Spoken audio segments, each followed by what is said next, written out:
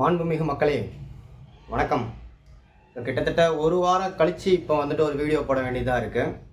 இந்த வீடியோ எதுக்காக அப்படின்னு சொல்லிட்டு பார்த்தோம்னா, இந்த ஜீவனாம்சம் ஒரு பார்வை அப்படின்னு சொல்லிட்டு ஒரு வீடியோ ஒன்று நம்மளும் அப்லோட் பண்ணியிருந்தோம். அதுக்கு நிறைய பேர் கமெண்ட்ஸ் கொடுத்துருக்கீங்க. கிட்டத்தட்ட ஒரு 58 கமெண்ட்டோ என்னமோ வந்துட்டு இருக்கு. அந்த கமெண்ட்ஸில் சில கமெண்ட்ஸ் வந்து சூஸ் பண்ணி என் டீம் எடுத்து கொடுத்துருக்கு, இதுக்கு ஆன்சர் பண்ணுங்க அப்படின்னு சொல்லிட்டு. அந்த கமெண்ட்ஸுக்கெல்லாம் தான் இப்போ வந்துட்டு நம்ம ஆன்சர் பண்ண போகிறோம். வாங்க வீடியோக்குள்ளே போகலாம். முன்னாடி நம்மளோட வீடியோஸ் எல்லாம் யூடியூப்ஸ் வந்து பார்த்தீங்கன்னா இப்போ ரீசெண்டாக வந்துட்டு வியூஸ்க்கு வந்து சென்ட் பண்ணுறதே இல்லை சப்ஸ்கிரைபர் கிட்ட. ரீசன் என்னதுன்னு சொல்லிட்டு தெரில, வீடியோஸ் வந்து நிறைய மூவ் ஆக மாட்டேங்குது. இதுக்கு முன்னாடி வந்துட்டு கிட்டத்தட்ட 1000 2000 சொல்லிட்டு வியூஸ் வந்த இடத்துல இப்போ வெறும் 20 30 தான் வருது. அதனால நம்ம வீடியோஸ் பார்க்குறவங்க இந்த வீடியோஸை மற்றவங்க கிட்டையும் கொண்டு போய் சேர்த்து விடுங்க. யூடியூப் அல்கோரிதம் கொஞ்சம் ஃபாலோ பண்ணணும் அப்படின்னு சொல்லிட்டு சொல்கிறாங்க. நான் வீடியோ போடக்கூடாதுன்னு தான் நினச்சேன், எதுக்குடா அப்படின்னு சொல்லிட்டு. என்னுடைய ஃப்ரெண்ட்ஸ் நிறைய பேர் வந்துட்டு என்கரேஜ் பண்ணாங்க. யூடியூப்லேயும் சில பேர் கமெண்ட்ஸ் போட்டிருந்தாங்க, சார் நீங்கள் மட்டும்தான் சார் லாவோட சேர்த்து வந்துட்டு வீடியோ போடுறீங்க, வேறு யாருமே வந்துட்டு லாவை மென்ஷன் பண்ணுறதே கிடையாது, இதை வந்துட்டு நீங்கள் கண்டினியூ பண்ணுங்கள் அப்படின்னு சொல்லிட்டு சொன்னாங்க. யோசித்து பார்க்கும்போது நம்மளும் இதுக்கப்புறம் வந்துட்டு வீடியோஸ் அதிகமாக போடணும் அப்படின்னு சொல்லிட்டு வந்துட்டு தோணுது. நான் கண்டிப்பாக வந்துட்டு வீடியோஸ் அதிகமாக போடுறதுக்கு ட்ரை பண்ணுறேன், சரிங்களா? இப்போது நம்ம அந்த கமெண்ட்ஸ் ரிப்ளைக்குள்ளே போகலாம். ஃபஸ்ட்டு கமெண்ட் என்ன, யாரோடது அப்படின்னு சொல்லிட்டு பார்க்கலாம். நம்ம ஃபஸ்ட்டு கமெண்ட் என்ன எடுத்திருக்காங்க எங்கள் டீம் அப்படின்னு சொல்லிட்டு பார்த்தோம்னா,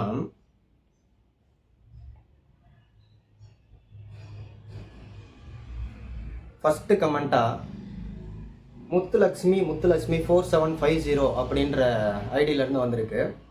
அவங்க என்ன கேட்டிருக்காங்க அப்படின்னா, சார் டைவர்ஸுக்கு முன்னாடி 2 மேரேஜ் பண்ணிட்டார், பட் ப்ரூஃப் இல்லை, குழந்தை இருக்குது, அதன் பிறகு கோர்ட்டில் டிவோர்ஸ் கிடைக்குது, லிமிட்டேஷன் பீரியட் முடிஞ்சு லேட்டாக அப்பீல் போனோம், அதனால் லிமிட்டேஷன் பீரியட் முடிஞ்சு மேரேஜ் பண்ணேன் அப்படின்னு சொல்கிறாங்க,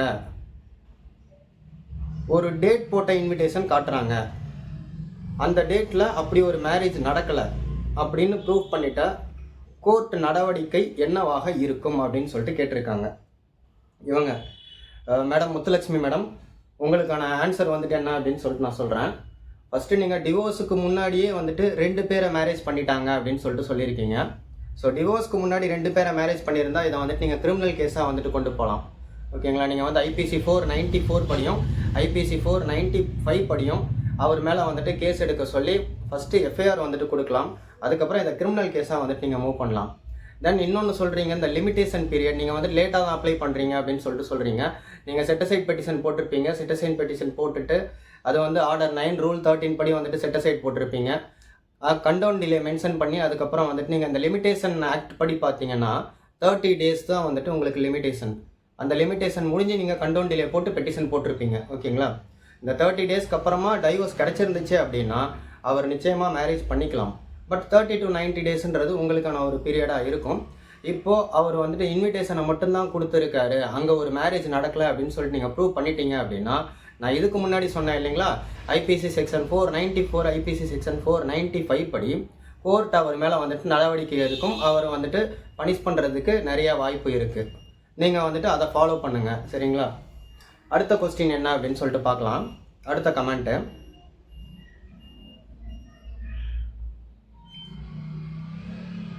நெக்ஸ்ட் கமெண்ட் வந்து பிரியா T256 அப்படின்றவங்க வந்து கொடுத்துருக்காங்க. அவங்க என்ன கொடுத்துருக்காங்க அப்படின்னா, hi sir, I have 2 daughters and my husband is in government job. He never care my family and always makes me to beg for a monthly amount, and also I need to talk with third person for every month and need to get amount. Also before 2 years he never give me amount for 11 months and didn't buy any basic needs also.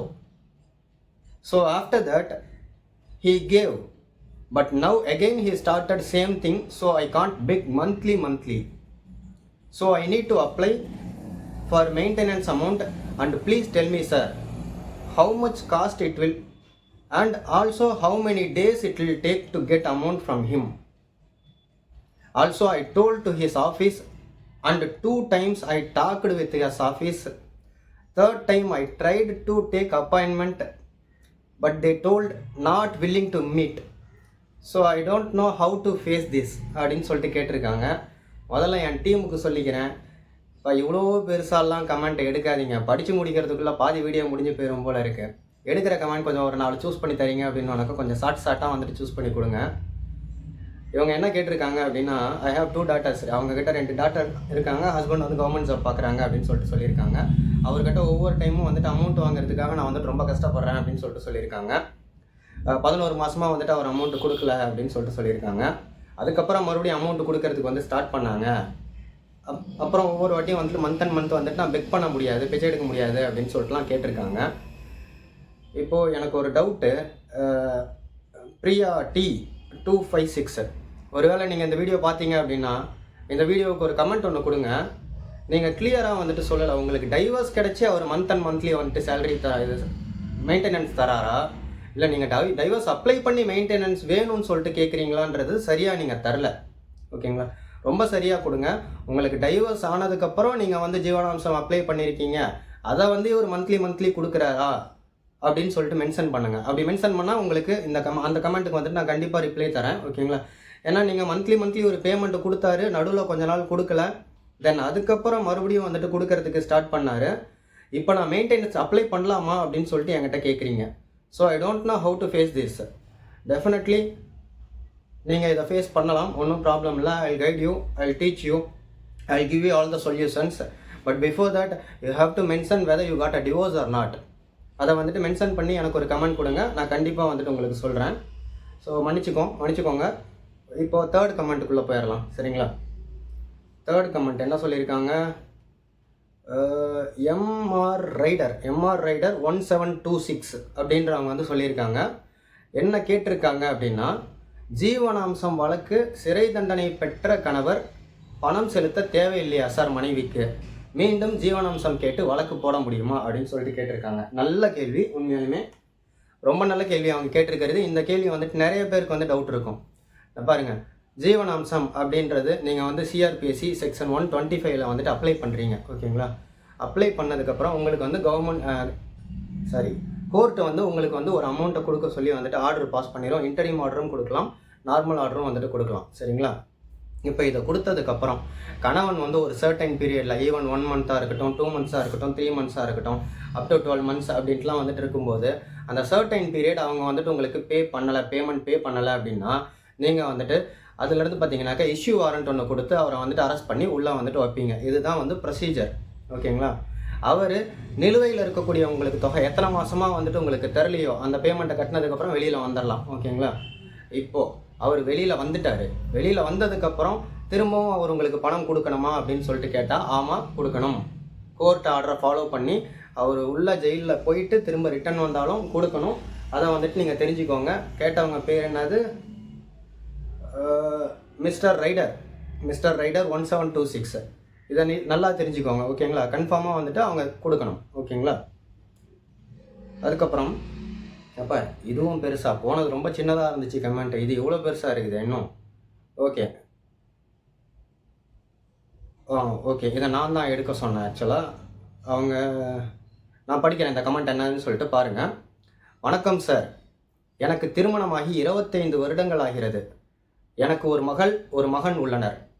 அவர்கள் இருவரும் நல்ல வேலையில் இருக்கிறார்கள். நிரந்தர வேலை அல்ல அப்படின்னு சொல்லிட்டு பிராக்கெட்டில் போட்டிருக்கீங்க. ஓகே. என் கணவருக்கு 56 வயதாகிறது. அவர் நல்ல வேலையில் இருக்கிறார். திருமணம் ஆன நாள் முதல் அடிக்கடி பிரச்சனைகள் இருந்து கொண்டுதான் இருக்கிறது. அவர் கடந்த 10 வருடமாக வீட்டிற்கு வருவதில்லை. எப்போதாவது வருவார். 10-15 நிமிடத்தில் போய்விடுவார். வீட்டின் வாடகை மட்டும் தருவார். 2 வருடத்திற்கு முன்புதான் எனக்கு தெரிய வந்தது அவருக்கு எய்ட்ஸ் உள்ளது என்று. நான் எனக்கு பரிசோதனை செய்தேன், அதில் எனக்கு இல்லை. நான் இப்போது விவாகரத்து கேட்டால் எனக்கு விவாகரத்து கிடைக்குமா, எனக்கு ஜீவனாம்சம் கிடைக்குமா சார், தயவு செய்து எனக்கு பதில் சொல்லுங்கள் அப்படின்னு சொல்லியிருக்காங்க. இவங்களோட பேர் வந்துட்டு நான் ஏன் சொல்லலை அப்படின்னா, அவங்க எய்ட்ஸ் இருக்குது அப்படின்னு சொல்லியிருக்காங்க. அந்த ஒரு ரீசனுக்காக அந்த பேரை வந்துட்டு நான் மென்ஷன் பண்ணலை. மேபி நீங்கள் அந்த கமெண்ட்டை பார்த்தீங்கன்னா உங்களுக்கான ரிப்ளை வந்துட்டு இருக்கு. ஓகேங்களா? உங்களுக்கு 25 இயர்ஸ் ஆகுது மேரேஜ் ஆகி, ஒரு பொண்ணு ஒரு பையன் வந்துட்டு இருக்காங்க. ஸோ ரொம்ப நாளாக 10 வருஷத்துக்கு மேலே வந்து பார்த்தீங்கன்னாக்கா நீங்களும் உங்களுடைய கணவரும் பிரிஞ்சு தான் இருக்கீங்க. இப்போது நான் வந்துட்டு டைவர்ஸ் அப்ளை பண்ணலாமா அப்படின்னு சொல்லிட்டு கேட்குறீங்க. நீங்கள் தாராளமாக டைவர்ஸ் அப்ளை பண்ணலாம். சிஆர்பிசி செக்ஷன் 125ல் நீங்கள் ஈஸியாக வந்துட்டு டைவர்ஸ் அப்ளை பண்ணலாம். எய்ட்ஸுன்றதும் ஒரு கிரவுண்டு தான், ஓகேங்களா? அந்த கிரவுண்ட்ஸை பேஸ் பண்ணி நீங்கள் டைவர்ஸ் கேட்டிங்கன்னா உங்களுக்கு உடனே வந்துட்டு கிடைச்சிரும். தாராளமாக மெயின்டெனன்ஸும் வாங்கலாம். மெயின்டெனன்ஸ் நீங்கள் வந்து ஹிந்து மேரேஜ் ஆக்டில் வந்துட்டு 25 படி பார்த்தீங்கன்னாக்கா நிரந்தர மெயின்டெனன்ஸாக வாங்கிக்கோங்க. அந்த நிரந்தர மெயின்டெனன்ஸ் வாங்குறது தான் வந்துட்டு உங்களுக்கு நல்லா இருக்கும். அதனால வந்துட்டு நீங்கள் தாராளமாக வந்துட்டு அப்ளை பண்ணுங்கள். குழந்தைங்களுக்கும் நிச்சயமாக வந்துட்டு கிடைக்கும். அவங்க குழந்தைங்களுக்கும் சேர்த்து வாங்கிக்கோங்க, ஓகேங்களா? குழந்தைங்களுக்கு என்ன வயசுன்னு சொல்லிட்டு நீங்கள் போடல, வயசு என்னதுன்னு சொல்லிட்டு சொல்லியிருந்தால் நான் அதுக்கும் சேர்த்து எக்ஸ்பிளைன் கொடுத்துருப்பேன் உங்களுக்கு. அதே மாதிரியே உங்களுக்கு ரொம்ப கிளியராக வந்துட்டு இதை சொல்லணும் அப்படின்னா, உங்களுக்கு வந்து ஹிந்து மேரேஜ் ஆக்ட் செக்ஷன் 13 படி டிவோர்ஸ் வந்து அப்ளை பண்ணுங்கள், ஓகேங்களா? டிவோர்ஸ் வந்து உங்களுக்கு ஈஸியாக கிடைச்சிரும். ஈஸியாக கிடைச்சதுக்கப்புறம் சிஆர்பிசி 125ல் வந்துட்டு ஜீவனாம்சம் கேளுங்க, அதுவும் கிடைச்சிரும். அந்த ஜீவனாம்சம் வந்துட்டு நீங்கள் அப்ளை பண்ணதுக்கப்புறமா ஹிந்து மேரேஜ் ஆக்டில் செக்ஷன் 25 படி நிரந்தர ஜீவனாம்சமாக, அதாவது பெர்மனன்ட் மெயின்டெனன்ஸ் அப்படின்னு சொல்லிட்டு சொல்லுவாங்க, பெர்மனன்ட் அலிமோனி அண்ட் மெயின்டெனன்ஸ் அப்படின்னு சொல்லுவாங்க. அதை வந்துட்டு நீங்கள் வாங்குறதுக்கு ட்ரை பண்ணுங்கள், நிச்சயமாக அது கிடைக்கும். ஏன்னா 10 வருஷம் பிரிஞ்சிருக்கீங்கன்னு சொல்கிறீங்க, அவருக்கு எய்ட்ஸ் இருக்குதுன்னு சொல்கிறீங்க. இது ரெண்டுமே வந்துட்டு நல்ல கிரவுண்ட், நீங்கள் ஈஸியாக அப்ளை பண்ணலாம், உங்களுக்கு ரெண்டுமே கிடைக்கும். இந்த கமெண்ட்டுக்கு ரிப்ளை நீங்கள் பார்த்தாலும் வந்துட்டு எனக்கு ரிப்ளை பண்ணுங்கள் இதுலேயும் கூட, ஓகேங்களா? இன்னும் வேறு யாருக்காச்சும் சந்தேகம் இருந்துச்சு அப்படின்னா ரிப்ளை பண்ணுங்கள். முடிஞ்ச அளவுக்கு நான் லேட்டாக வந்துட்டு வீடியோ போட்டாலும், இதுக்கப்புறம் அடிக்கடி வீடியோ போடலாம்னு நினச்சிட்டு இருக்கேன். பட் இந்த வீடியோஸ் எவ்வளோ வியூஸ் போகுதோ அதை பேஸ் பண்ணி தான் நான் போடுறதுக்கு இருக்குது. லேட்டாக வீடியோஸ் போட்டாலும் கண்டிப்பாக உங்களுடைய கமெண்ட்ஸுக்கெலாம் ரிப்ளை கொடுக்குறேன்.